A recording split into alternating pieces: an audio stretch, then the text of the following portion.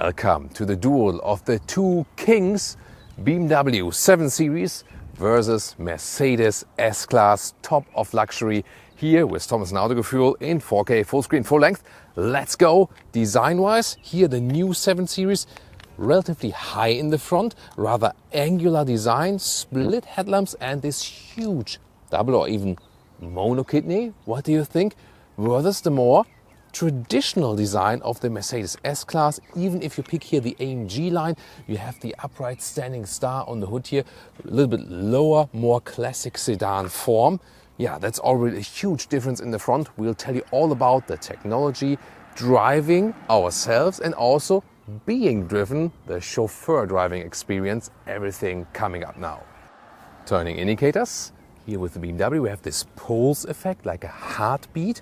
With the Mercedes, more classic, but also beautiful integration. I think both are quite attractive here in the front, aren't they? Here in the side profile, let's talk about length. 5'39" for the BMW 7 Series or 212 inches. Now only available in the long wheelbase version. There is just this one version. And that means this new length is 10 centimeters or 4 inches longer than the Mercedes S-Class.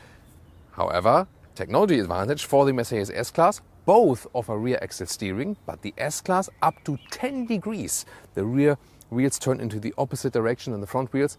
With BMW is maximum 3.5 degrees. And that makes the S-Class, in parking in and out, basement, garage and so on, so much more agile. Visually, by the way, yes, we have AMG line versus the M Sport Pack, so very comparable. It's just that we have smaller wheels on the S-Class today, 19-inch in an aero design, 21-inch with the BMW 7 Series. In the rear, the design difference is very obvious once again.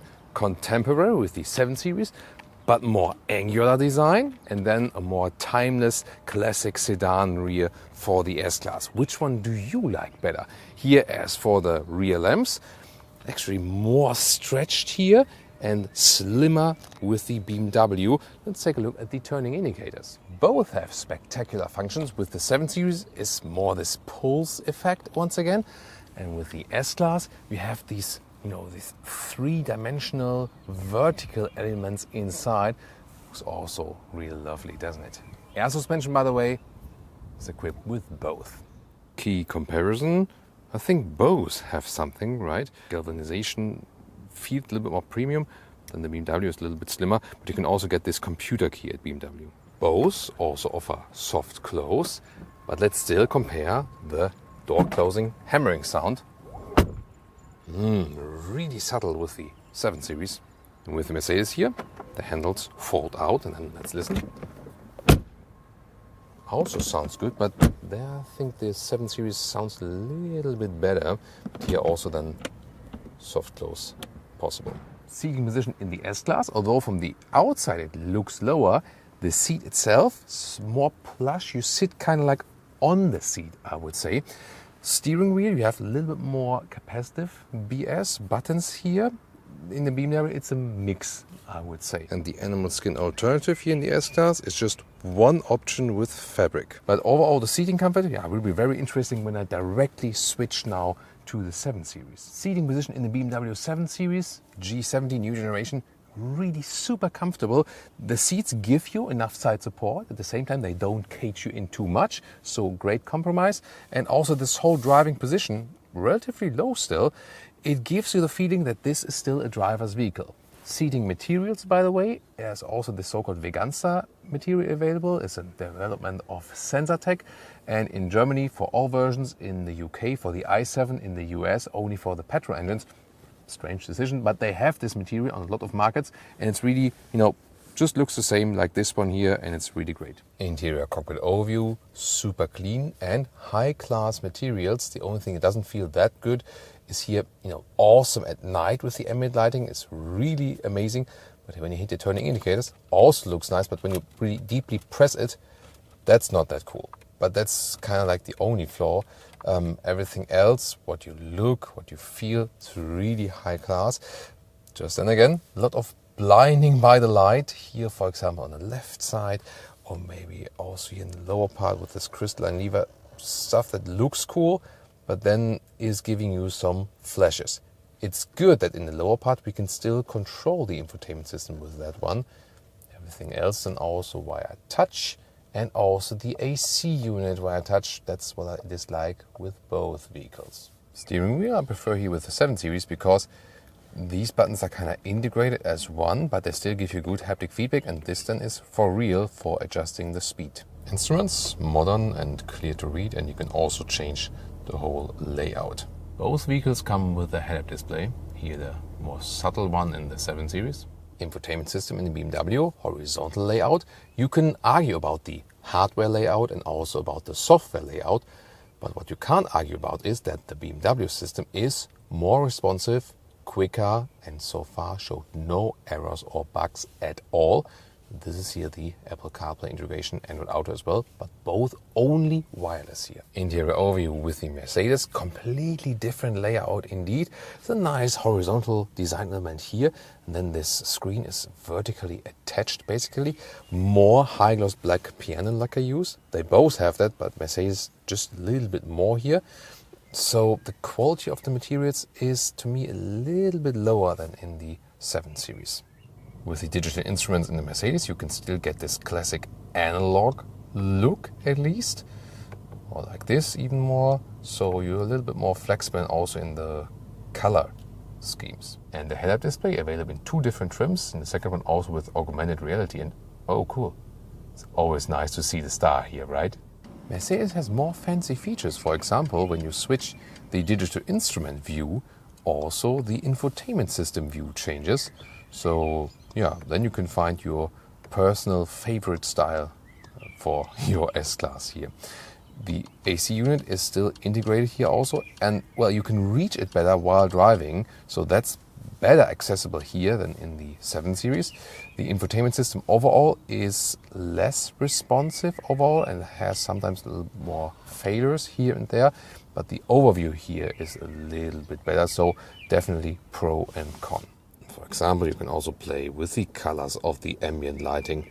That's also really impressive here.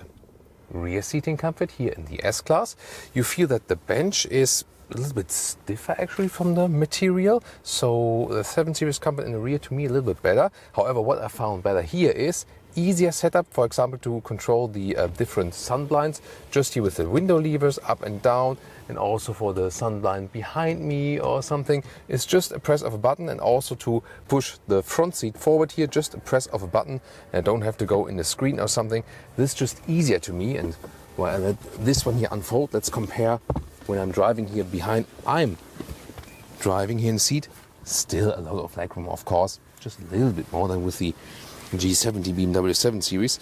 And when I can test here the executive driving position now, it is fine for me, but in the Audi A8L and in the BMW 7 Series, I can stretch my legs a little bit more, you know. It's fine, but you feel there's some length difference. It's luxurious enough, definitely. Also here with this middle console, there you can also control everything here in the screen if you like, or use these internal screens, but they're also just an option.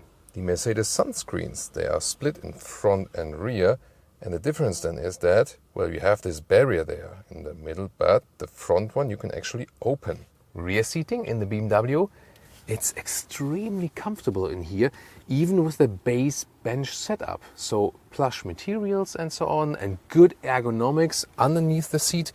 And you feel like you have this single seating, although you have the through bench, you just have more legroom here in the BMW 7 Series. And you can also go for this executive pack that you can hire the calf rest, and you can also go for the optional screen here in the top part, the theater screen. Not really necessary, I would say, rather use your own iPad or smartphone and so on. But you have more legroom also stretched out in this executive package. And overall, just more comfort here in the rear in the 7 Series, I feel. The basic controls, however, even here of the sun blinds, are all digital here in this screen, and that makes things more complicated, I feel. And when you put down the armrest, this is not the nicest solution here for a luxury sedan. In the 7 Series, you get a fixed glass roof, but then you have no barrier on the middle. And talking about over-engineering, automatic doors are available, and then look at that here. This is to open it from the inside, just like the first push. Then this would be the emergency fail-safe manually opening. And this is the fully automatic opening and closing function. Pressing it here, attention, there we go. Trunk or boot comparison. There's a button here for the 7 Series and underneath here for the S-Class. Liter figure-wise, 550, 540 for the pure combustion engine versions to compare, kind of equal. Here the S-Class, one thing I do criticize is the sound of the closing and opening mechanism. Just doesn't sound S-Class-like. That's maybe hardly C-Class or something, you know what I mean? But actually good space in the width. Here it's just a little bit higher because there's the hybrid battery underneath. So in the pure combustion engine one, it would also be deeper.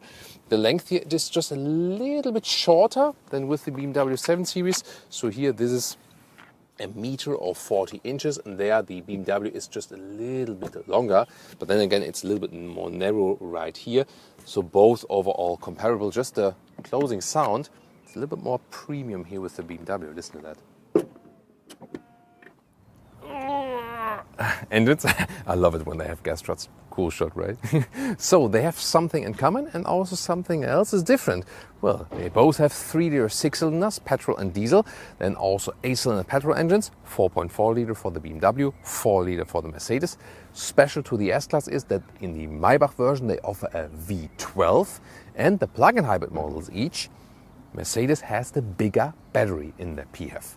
And then the 7 Series is available as i7. So the pure electric version of the 7 Series is basically the very same vehicle, whereas Mercedes goes with the EQS, which is a separate vehicle then.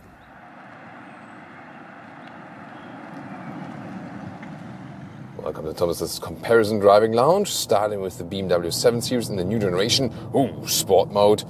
The gears are getting preloaded and let's go!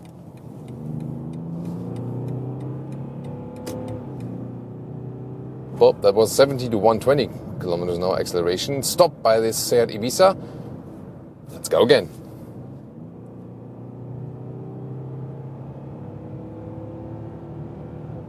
Super smooth acceleration. Feels like nothing. 160. 180 and wow, it's so silent here. The car remains so stable. Incredible. 200 kilometers an hour, 125 miles an hour. It really feels like driving a normal vehicle at 100 kilometers an hour or 60 miles an hour. This is pure perfection on the German Autobahn here. Wow. I mean, it doesn't shake up at all. Really calm on the steering wheel at the same time. It has a good steering and natural steering input.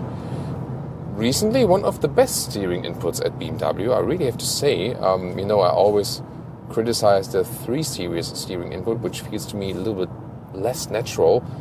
The BMW SUVs are also quite good, but here I really like it, So it remains calm when you're driving really fast, but at the same time has no dead zone area, really cool. And for this large luxury sedan, you still get a somewhat sporty feeling. And that is actually what BMW is about. That even if you buy this large luxury sedan, the focus is still driving yourself. That sometimes the case is that owners here are being chauffeured during the week and then they drive themselves on the weekend. Me personally, I think I would always drive it myself. Or what about you? Tell me in the comments. Yeah, it's really something to enjoy. Suspension here is a little bit stiffer in the sport mode than standard air suspension, but still, it's on a very good comfort level, so really, really good compromise. The sophistication of the ride has even been increased in this generation. Lane change here feels really nice and sporty, super smooth, and putting in the turning indicators is so much fun. This feedback, you hear this clicking sound, really good haptic feedback. I'm really glad to have that because we've seen it. More and more stuff here is, getting touch and everything. I don't like that. Also, especially to do that while driving. Yes, at least you have this middle controller to do something in the infotainment system without touch. But the climate unit, I tend to control the climate unit while driving. Not sure what about you. Some leave it on 22 degrees Celsius or 72 degrees Fahrenheit and automatic, and that's it. But others do change it, actually. Wow. You always have good power also from the engine. Here a pure 6-cylinder today. We have the diesel today. But this comparison test here is not about comparing the engine versions, it's more about the overall vehicle and the driving feeling. And here really have to say the core essence of the BMW is it is still a driver's car, although it is this luxury sedan. What about when we change the motorways? That's always a very interesting part. Here we go. Sport mode, yeah, there you feel the weight of the large luxury sedan now. So especially when you're a little bit faster in these corners, you can't deny that it's not a sports car, you know. But for this segment, that's what I'm saying, it still feels pretty sporty. At low speeds, by the way, the rear axle steering, if you have that package, plays a large role. Parking in and out, you really need that when you have a tight parking spot or basement garage or something. That massively reduces the turning circle. That's pretty cool. And also feels more agile at lower speeds then. And here, when I'm accelerating out again, super smooth. Of course, as a rear axle dominated platform, it means always when I have all-wheel drive, it's still a rear wheel bias, gets out of the corner very well. Wow, so nice, so smooth. Let's compare the normal driving mode, how that feels on a motorway here. Let's see it called personal. Now suspension is set on the normal, softer tone. And I'm really looking forward how it is in the comparison to the Mercedes S-Class. If this will be a significant difference then, especially suspension-wise. So when we think about the previous generation, that 7 Series versus S-Class, the S-Class was always more, let's say, softer note, the steering a little bit more, you know, calm and so on. Definitely more the calmness, comfort focus, whereas still here the sporty focus with the 7 Series remains. But is it still the same today? Let's find out. Now driving the Mercedes S-Class, and here, look at that. This is a U-turn. It's incredible. The rear axle steering here acts even stronger than in the BMW 7 Series. Both, of course, in good vehicles, but here, just more degree angle. Wow, this is awesome. And this U-turn there is hardly doable with some compact vehicles. You know, there you have to just take an outside circle, take part of the next street from that. Wow, this is just wow, and makes this huge vehicle just so much more maneuverable inside a city, basement, garage, in and out, and so on. Then let's take it here to the sport mode and German Autobahn. Let's go. 70, 120. Ah, nice. 60 and 180. Wow, it's really nice. This is here the 3-liter 6-cylinder combustion engine, in this case then paired with the plug-in hybrid model, but the battery is at the moment empty, so I can better compare pure combustion engine to combustion engine. But this is not the main focus here about the engine comparison. It's more about how the car is feeling actually. And yeah, the thing is here, if you compare it to the previous generation, also here this S-Class generation feels sportier, and main thing about this is the steering input here, no dead zone area, and in this sport mode also the air suspension gives me a little bit more feedback, and also the steering throttle input changes. That's very interesting indeed. So before, in that previous generation, there was more gap of this sportiness gap between Mercedes and BMW. Here a little bit less definitely, but clearly you still feel that the air suspension at Mercedes, and I think for an air suspension decision, is actually quite good. It feels more floaty, you know what I mean? Especially when you go back here, to normal comfort mode, for example. In this case, then it's called hybrid. So in the normal driving modes, or comfort mode, you just feel like the car is going like this, in these waves. And usually when I buy an air suspension, I also want to have that feeling. With BMW, it's not bad at all. I'm not saying that. It just feels a little bit sportier. And I think that's, why not doing this different setup then from brand to brand. With Mercedes, it's then different when you go for an AMG model, where then, even if you have the air suspension, would never expect that it's actually an air suspension because it's so stiffly tuned. So it's really like this. You have the Mercedes model, then you have the BMW model, you have the BMW performance models and then the AMG models by Mercedes when you're talking about the suspension stiffness, you know. So Mercedes always has this huge gap between the normal models and the AMG model. Overall, feeling really good at home, planted also here on the German Autobahn. As for the noise insulation, I mean, they're both really good. Somehow I have the feeling that the S-Class does a little bit better. The question is always also where, in which area and so on. Here we have this new technology that they apply this dampening foam already to the raw chassis. They introduced it with this generation of the S-Class, and that is also helping a lot, actually. Really, really good. Both vehicles, like size-wise, don't feel too much apart. Funny thing is here with the S-Class, when you just take a seat and then compare it to the new generation of the C-Class or also now to the E-Class, you feel like you would be sitting in the same vehicle 3 times, like C-Class, E-Class, S-Class. They are really much alike on the interior. How different it feels rather becomes obvious then when you drive it, because here when you have the larger, longer S-Class, you just feel like you would be steering this boat around in comparison to these smaller models, you know. But indeed, I feel that the Mercedes models from size to size nowadays come way closer than the BMW models feel step by step. We have to see when we soon drive also the all-new BMW 5 Series, also has the i5, recognized pose. Oh, is that like gesture control? Interesting. No, I don't want that. That's the thing about these new vehicles. Something is always happening randomly.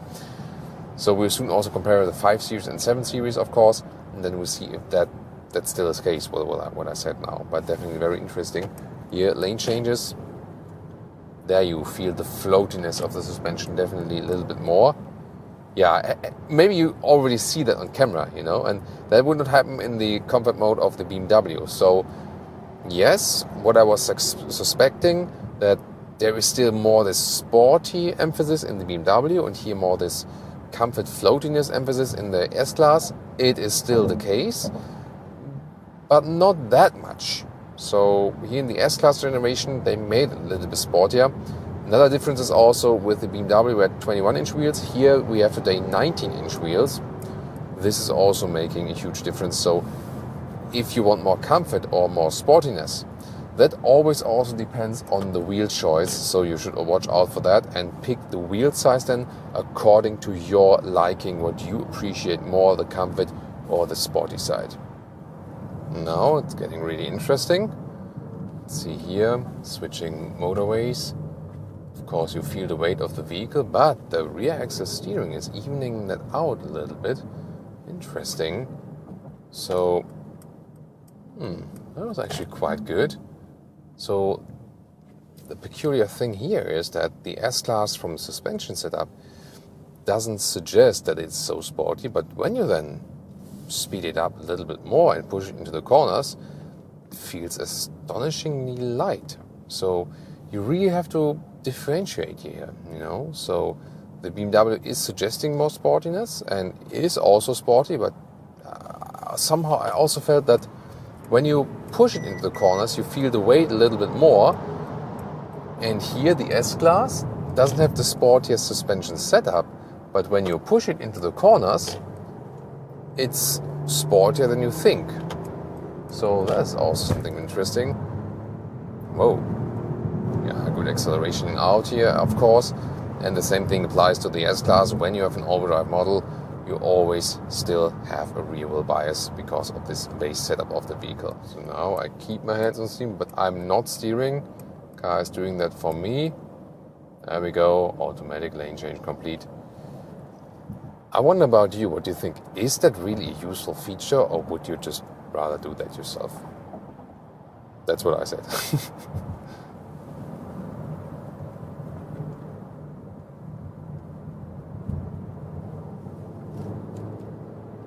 Wow, the S-Class really feels lighter than it actually is.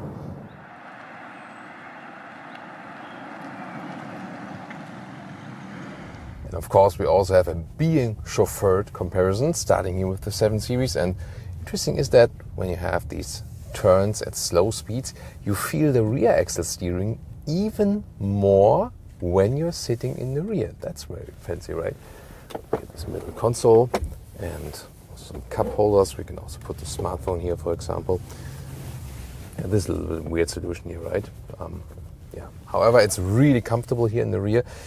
It feels also somewhat sporty because you are somewhat like caged in, like a single seating. But I think what is a very interesting solution is they have a lot of comfort here on the outside seats, but they still keep the through bench.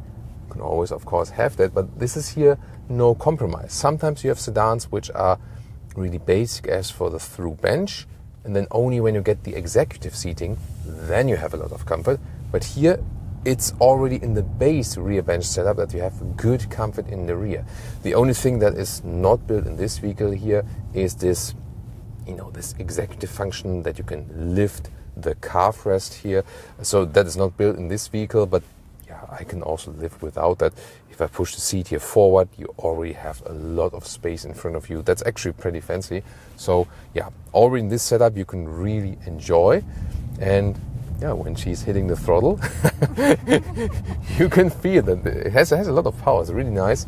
So the interesting thing to me is that this somewhat still sporty character of the vehicle, you can still feel that somewhat in the rear.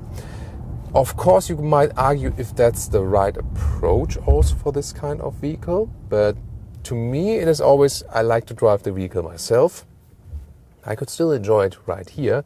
And some might say, hey, you want to feel some sportiness, and some say you might not want to feel that. So this will be a very interesting aspect, how it will compare in the S-Class. Mercedes S-Class, first plus point here, these automatic seat belt reachers for the rear seats. Oh, also here I feel the rear axle steering really strong in the rear. The thing is that the S-Class has actually a higher degree where the rear wheels turn in the opposite direction on the rear axle, so you can feel that even stronger than, for example, in a U-turn and so on. What I really like is a separate cushion here with microfiber. That's really lovely. What both cars, of course, have is here this automatic control for the side shade. The 7 Series rear windows were, overall darker tinted already, however, and I can also control this upper shade here.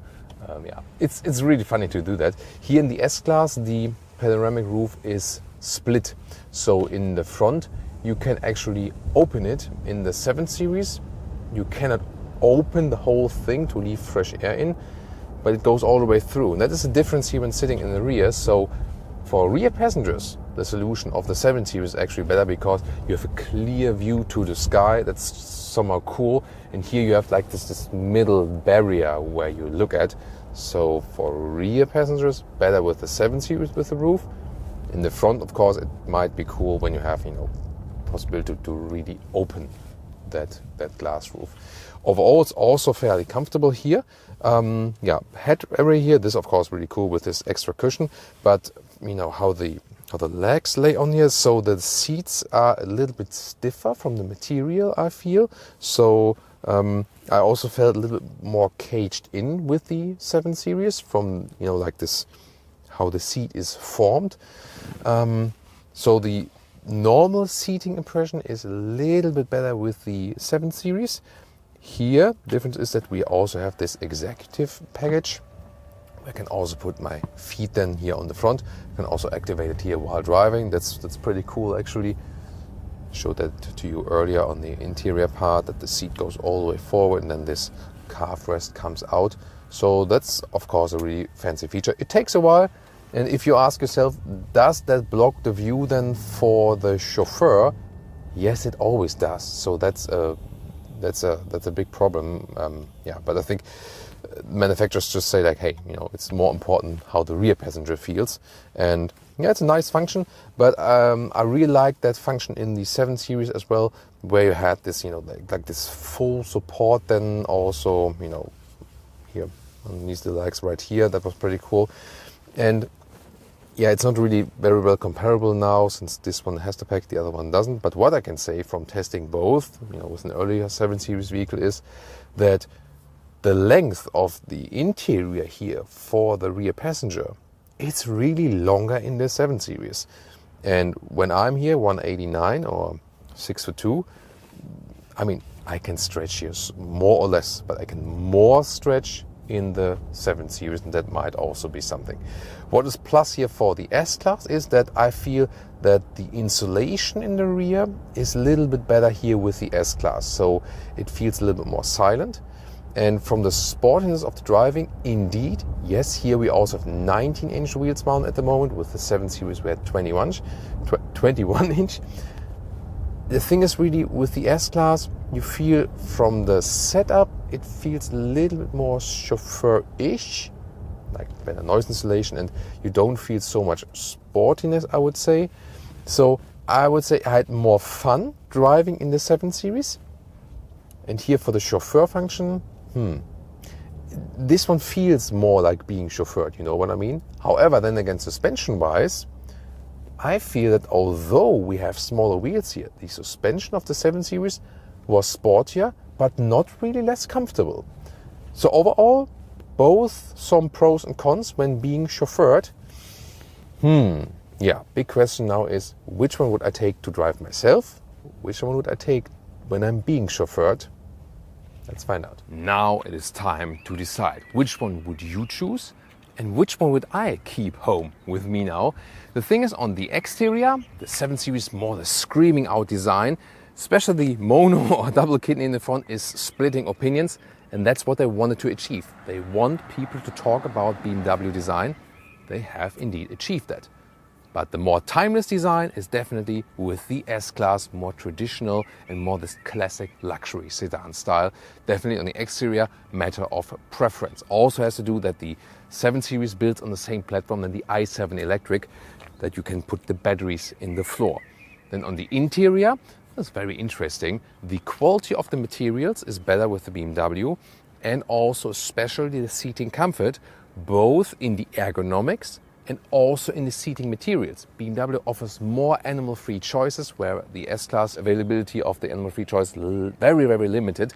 So overall, the interior is better done by BMW in this case, and especially in this generation. Driving-wise, a bit of a surprise indeed. So on the one hand, in driving, the S-Class is a little bit softer from the suspension setup, so that kind of clears the, we're expecting, the BMW drives sportier than the Mercedes, and the Mercedes is more comfortable.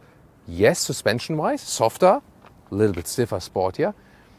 But then suddenly in the corners, the S-Class kind of, was more agile than the 7 Series. That was very surprising. So in driving, the S-Class really accelerated, literally, and was really surprising me on the sporty side. So this generation of the S-Class is, although it doesn't suggest this in looks, is sportier now also in driving, and therefore comes closer to the 7 Series in this setup.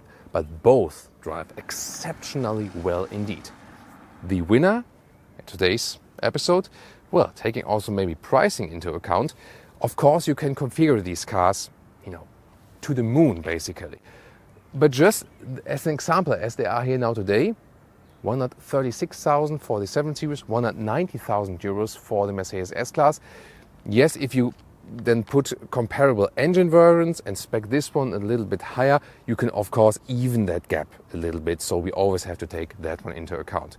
But pricing is maybe also not the most crucial thing about this one. To me, the crucial thing today is indeed not the exterior. That's a matter of preference. But the interior seating comfort, especially from the ergonomics, is just better with the BMW. And therefore I feel more comfortable both driving and also sitting in the rear. That's why it would be the choice here with the BMW today.